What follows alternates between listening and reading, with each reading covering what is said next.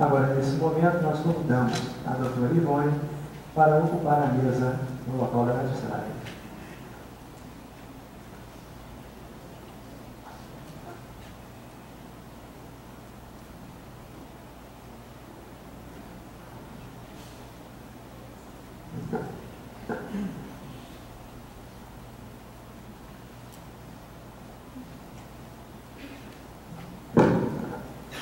Diante do conjunto probatório, já tendo meu convencimento sobre os fatos postos em discussão, passo então a proferir a sentença.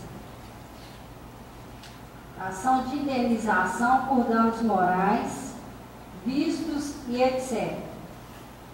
Fabrício da Silva, regularmente qualificado nos autos em epígrafe, intentou a presente ação em desfavor da pessoa jurídica de direito privado, Banco Delta S.A., também qualificado e representado, alegando ser pessoa de pouca instrução e cliente da referida instituição financeira.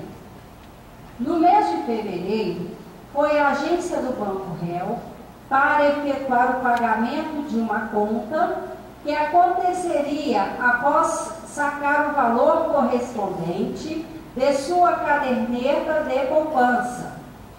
Ao aproximar-se do caixa, a funcionária solicitou-lhe que digitasse a senha respectiva por 2 vezes.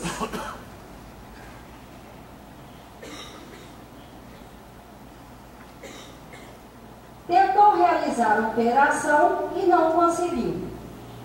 Ante a demora e sua imensa dificuldade, a proposta da instituição Ré tornou-se impaciente, passando a agredi-lo verbalmente diante dos demais clientes. O autor, face à situação a que fora exposto, sentindo-se humilhado e constrangido com o comportamento descortês da funcionária, aforou a presente ação visando a reparação pelos danos morais. Atribuiu valor à causa e juntou documentos, requerendo ainda os benefícios da gratuidade processual. O comando judicial inicial foi deferitório da assistência judiciária gratuita, oportunidade em que também foi determinada a citação do Banco Delta S.A. Regularmente citada, a instituição acionada ofertou contestação escrita em folhas, juntamente com documentos, sem arguir qualquer questão prejudicial ao mérito. Inicialmente, tece considerações acerca de sua maneira de atuar e eficiência na prestação dos serviços ofertados aos clientes consumidores. Aduz que seus funcionários são treinados para exercerem suas funções, inclusive no que diz respeito ao tratamento dispensado a todos os clientes, negando que sua proposta tenha, de qualquer forma, agido a causar dano, como agressões verbais ou atingindo qualquer direito de personalidade do autor. Destaca, ademais, que os clientes são indistintamente o maior patrimônio da instituição, não havendo qualquer discriminação ou qualquer preferência no que se refere ao trato ou cortesia para com o consumidor.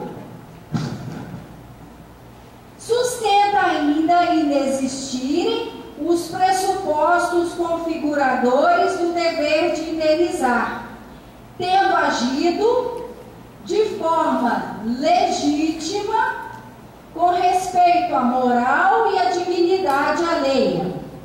Por fim, hostilizou o valor pleiteado a título de dano moral, por entendê-lo excessivo.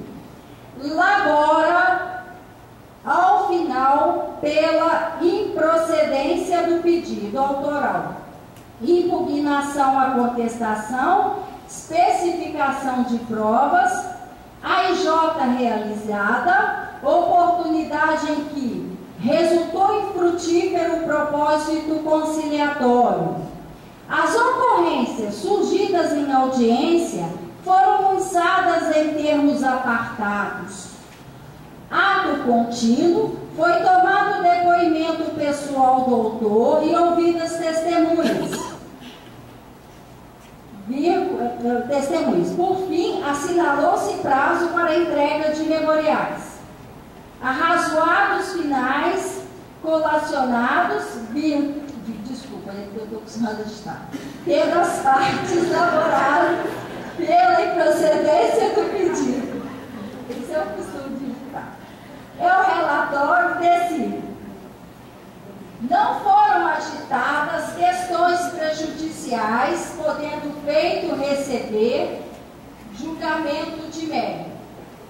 Trata-se de ação de indenização por danos morais sob o fundamento de ter sido o autor exposto à situação vexatória pela conduta da preposta da instituição ré, quando no exercício de sua função de caixa proferiu agressões verbais ao autor, causando-lhe constrangimento e o colocando em uma situação humilhante perante os demais clientes que se encontravam na fila aguardando atendimento. A responsabilidade, em caso, é de vital importância para a concretização do direito individual de tutela do consumidor, constante no artigo 5º da Constituição Federal, inciso 32º. Ademais de estar em perfeita harmonia